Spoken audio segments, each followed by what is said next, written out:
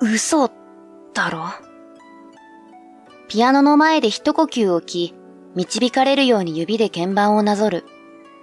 すると、その場にいた音大生たちは息を飲んだ。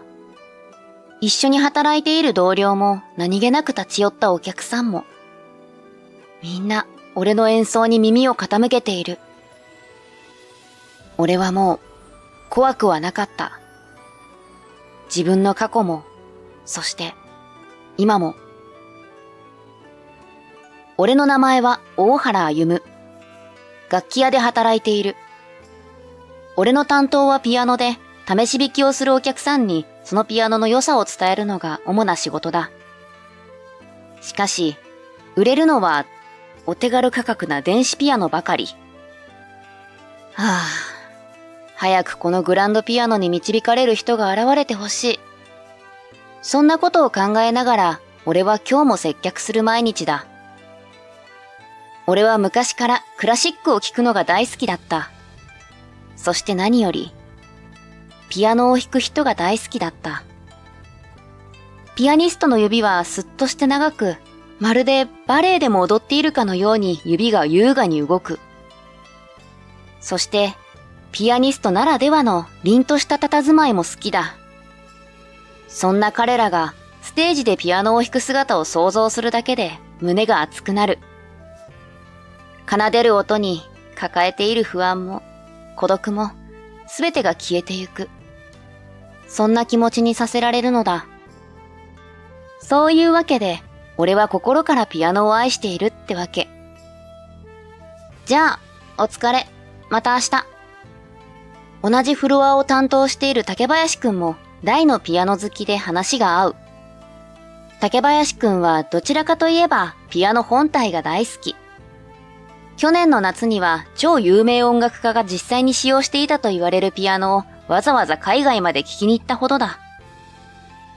大原くんもそんなにピアノが好きなら弾いてみればいいじゃない。竹林くんはそう言うが、俺には深いわけがあり、ピアノを弾くことができない。その過去は、まだ、竹林くんには話せていないのだ。今日は俺を訪ねて来客が来ていた。だからさ、1分でいいの。1分でもいいから。幼馴染の間野優子は、俺の家に来るなり両手を合わせて懇願している。彼女は昔から強引な性格で、俺にいつも無理難題なことを押し付けてくるのだ。今日ここにやってきたのは、あるお願いがあるかららしい。何度も言うけど、俺はもう弾く気はないよ。へえ、でも他にピアノ弾ける人周りにいないのよ。幼馴染のお願いだと思ってさ、引き受けてちょうだいよ。つまり彼女は、俺にどうしてもピアノを弾いてほしいらしい。横で話を聞いていた竹林くんもノリノリで彼女の話を聞いている。大原くん、ピアノ弾けるなんて初耳だよ。僕もぜひ聞いてみたいな。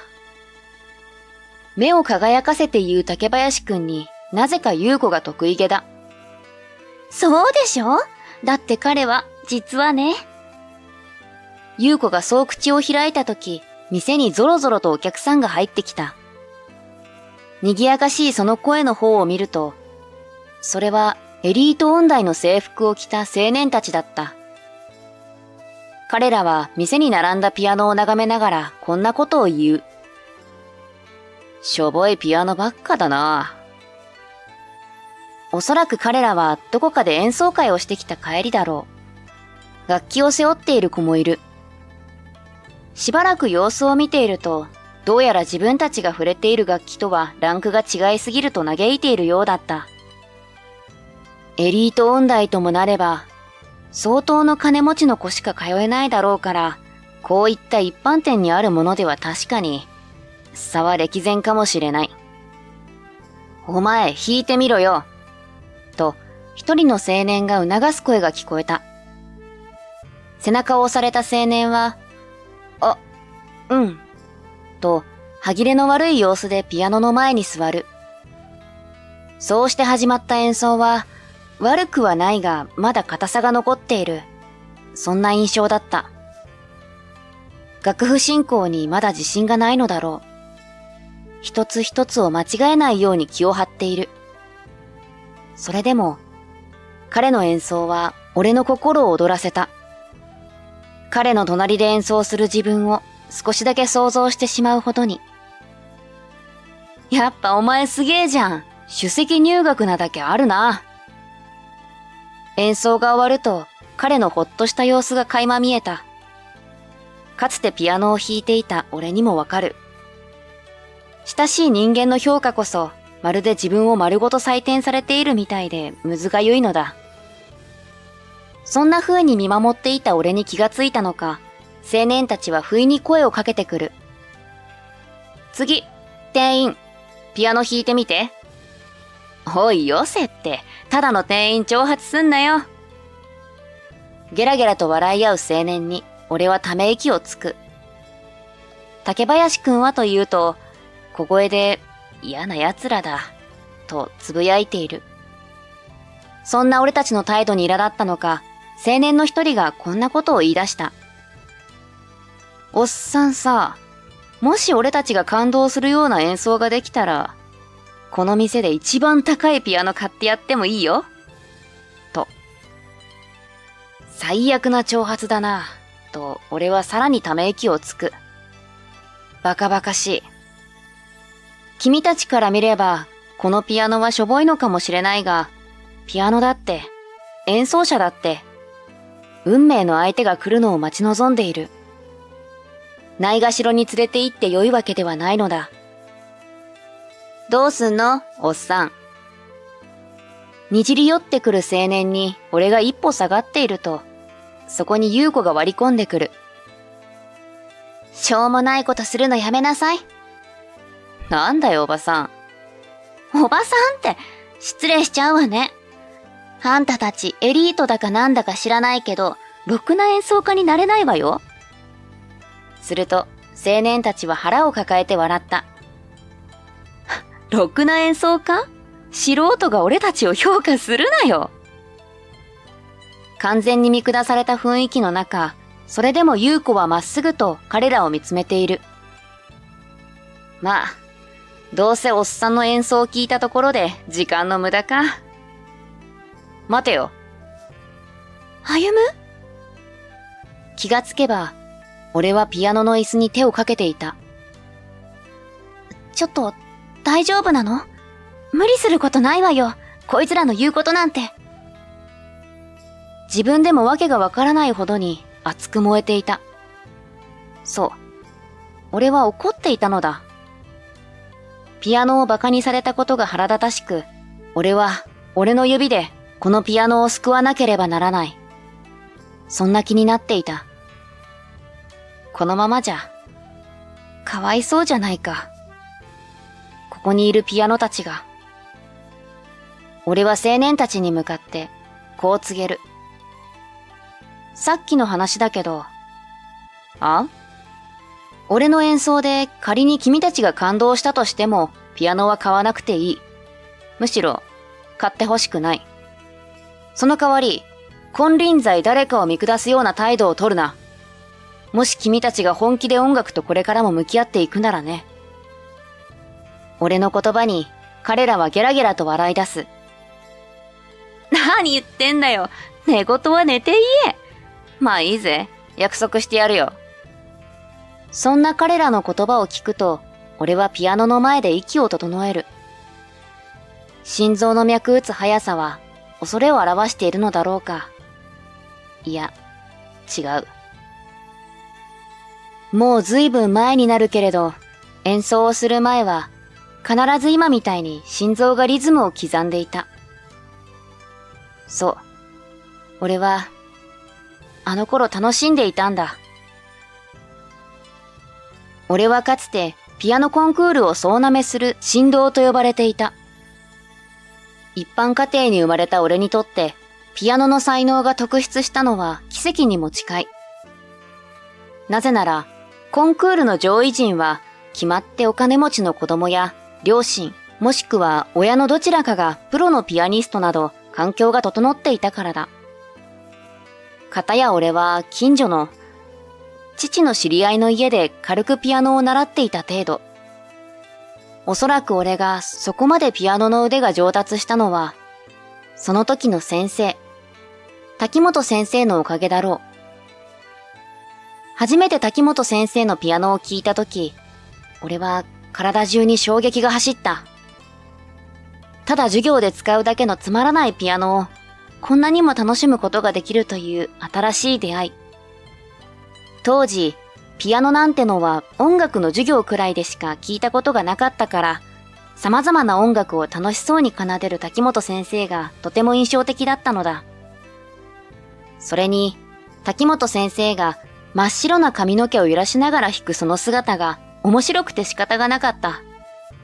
その日以来、土曜日になると滝本先生の家に押しかけて、朝から晩までピアノを弾かせてもらった。良いピアニストになるよ、歩は。滝本先生のその言葉はまるで魔法だった。そして、先生の勧めで受けてみたコンクールで、俺はあれよあれよと優勝。表彰台に上がった俺の服装は、他の子に比べるとラフな装いで、場違い感が強かったっけ。今でもあの時の写真を見ると笑ってしまう。母も父も、まさか自分の息子が優勝するなど思いもしなかったのだろう。だって二人は楽譜もろくに読めないし、音楽にめっぽう弱いから。俺が中学生になった頃、海外からオファーがあった。地元の小さなコンサートでのゲスト出演だ。さすがにこれには両親も舞い上がり、自分の息子は本当にプロに、それもかなりの才能を持った絶対的なピアニストになると確信を抱いた。俺自身もきっとそうなると信じていた。滝本先生の言葉を信じ、自分の指に導かれるままに演奏すればきっとうまくいく。俺にとってピアノは人生だった。そう。高校2年生のあの日までは。あの日、俺は全国でも有数のコンクールに出場した。これに入賞すれば世界ツアーが約束される。絶対に手にしたいと意気込んでいた俺を高熱が襲った。朝から頭が重たく、指を動かすのも精一杯だった。前にも体調が優れない時があった。そんな日でもステージに上がれば嘘のように体が軽くなり、その瞬間、自分の体調が悪いことを忘れられたのだ。だから俺は自分の体調をないがしろにしてコンクールに無理やり出場。しかし、今回はそうはいかなかった。スタートこそ完璧な走り出しだったにもかかわらず、突然音が止まった。次はどの音だったか。一つ試しに押す。違う。これも違う。どれも違う。汗ばんだ顔を上げると、しらけた観客が目に入った。天才ピアニスト少年の転落人生という見出しが頭をよぎる。自分の才能にあぐらをかいた少年は、この時、挫折を味わったのだ。以来、ピアノの演奏を試みると、あの瞬間の観客の顔がフラッシュバックするようになった。まだピアノに対する愛しさは残っているが、もう弾くことはできない。だけど、少しでも音楽に関わる仕事がしたいと思った俺は、こうして楽器屋に就職したのだ。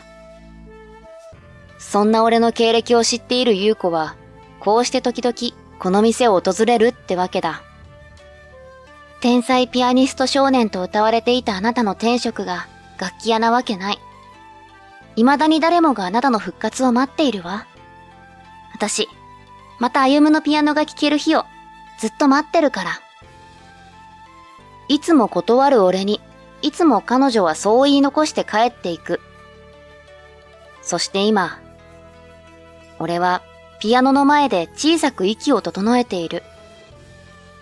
意を決して、ゆっくりと鍵盤に指を置いた。ドビュッシー、月の光。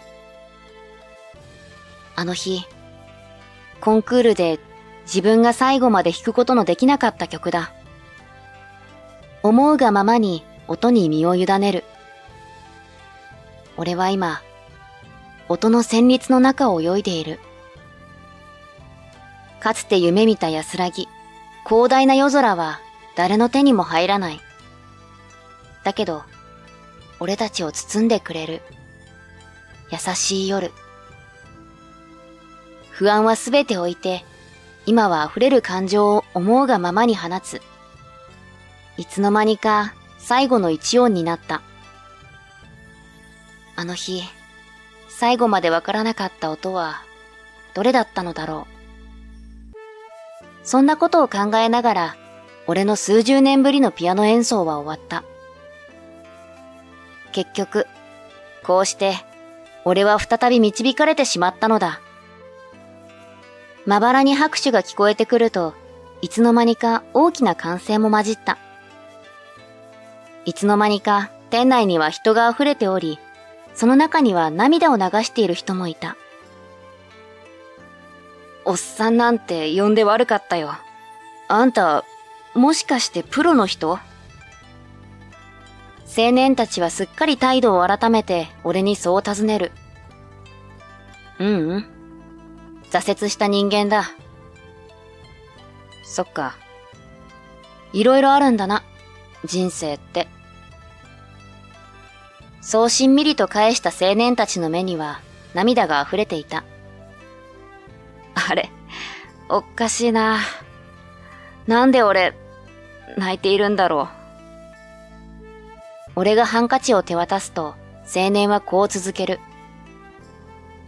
初めて才能ってやつを見た気がするよ。今までいい演奏会や腕のいいピアニストを5万と見てきたけど、天性の才能ってやつがあるって思い知らされた。本当に素晴らしい演奏だった。褒めすぎだと謙遜しながら俺は青年にこう返す。たとえ才能があったとしても、そこに努力を重ねないと意味がない。俺はそれをしてこなかった。だから今はしがない楽器屋の店員だ。君だって今必死に磨いているんだろう。努力は必ず君を輝かせる。時に努力は裏切る時もあるけれど、でも必ず重ねた道はどこかにつながっているよ。俺の言葉になんだか青年は晴れやかな表情をしている。きっと青年たちも自分の才能に問いかけながらもがき苦しんでいるのだろう。今日は本当に素晴らしい演奏をありがとうございました。